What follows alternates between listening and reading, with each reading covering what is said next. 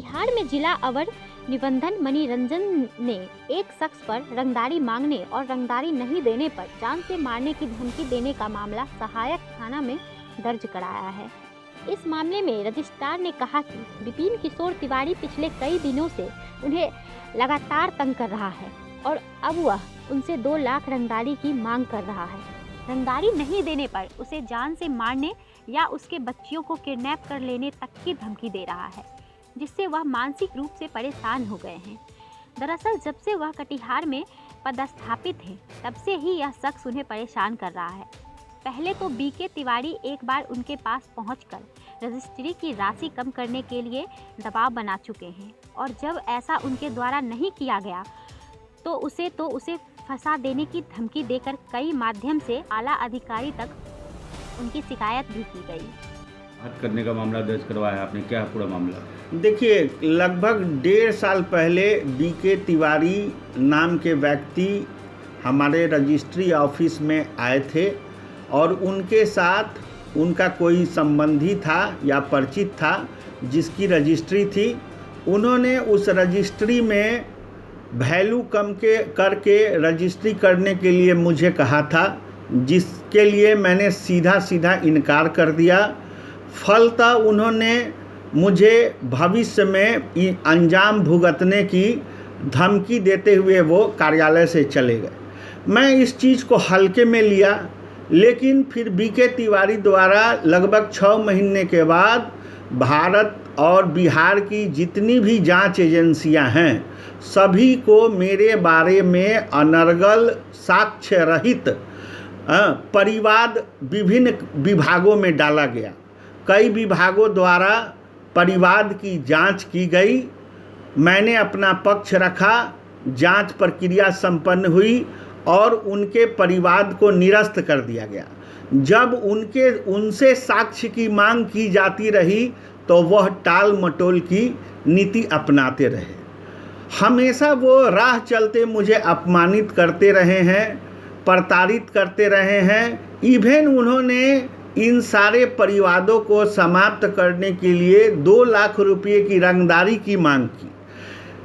अगर उसके बाद उन्होंने कहा कि अगर 2 लाख रुपये रंगदारी में नहीं देंगे तो हम आपके खिलाफ इसी तरह से परिवार डाल के आपको कटिहार में रहना मुश्किल कर देंगे। आप जिला अवर निबंधक के रूप में कटिहार में कार्य नहीं कर पाएंगे। आप मुझे 2 लाख रुपया दीजिए। जब मैंने इनकार कर दिया तो फिर कुछ दिन के बाद उन्होंने कहा कि ठीक है, 2 लाख रुपया आप नहीं दीजिएगा तो हमको एसी दे दीजिए। हमने उस समय में भी इनकार किया और उसके बाद वो तरह तरह के अनर्गल आरोप लगाकर हम पर छीटाकशी करते रहे। हमारे जान माल की क्षति पहुंचाने की उन्होंने धमकी दी। इवन यहाँ तक कहा कि आपके 2 बच्चे स्कूल जाते हैं, जो छोटे छोटे आपकी 2 बेटियां हैं वो स्कूल जाती हैं, मैं रोज़ सुबह में उनको देखता हूँ। मुझे नहीं मालूम कि उनकी मंशा क्या थी, लेकिन मैं थोड़ा भयभीत हो गया और अपने को निरंतर उनके द्वारा प्रताड़ित किए जाने के कारण अपमानित महसूस करने लगा। फलतः बाध्य होकर मुझे लगा कि नहीं, ऐसे व्यक्ति के खिलाफ FIR करवानी चाहिए, ताकि कोई भी व्यक्ति बिना साक्ष्य के और बिना तथ्य के किसी भी पदाधिकारी के खिलाफ कोई परिवाद न डाल सके। और न ही कहाँ मामला दर्ज करवाया आपने? मैंने सहायक थाना मिर्चाई बारी में FIR दर्ज करवाई है और मैं लोगों से निवेदन करता हूं कि आप बेशक परिवाद डालिए, लेकिन पहले जांच लीजिए कि जिस व्यक्ति के बारे में या जिस पदाधिकारी के बारे में आप परिवाद डाल रहे हैं, जो तथ्य आप दे रहे हैं वह सत्य है या नहीं।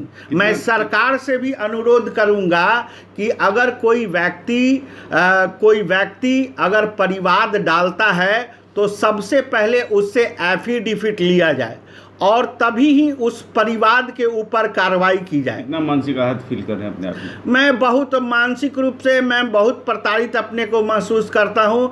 मैं सही ढंग से काम नहीं कर पा रहा हूँ। हमेशा में उद्वेग बना हुआ रहता है। लगता है कि मैं सरकारी नौकरी करके एक गलत निर्णय लेकर मैं सरकारी नौकरी कर रहा हूँ। इससे अच्छा होता कि मैं बेरोजगार रहता, क्योंकि रोज रोज की परेशानियों से मैं नहीं जूझता। रोज रोज परिवार के माध्यम से मेरा 3 साल तक कटिहार में रहते हुए मैंने 3 साल अपना जैसा समय गुजारा है, भगवान न करे ऐसा समय किसी को कोई दे।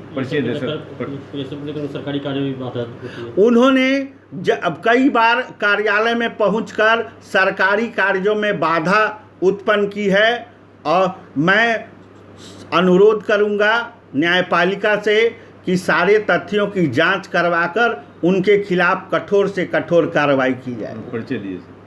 मैं मणिरंजन, जिला अवर निबंधक।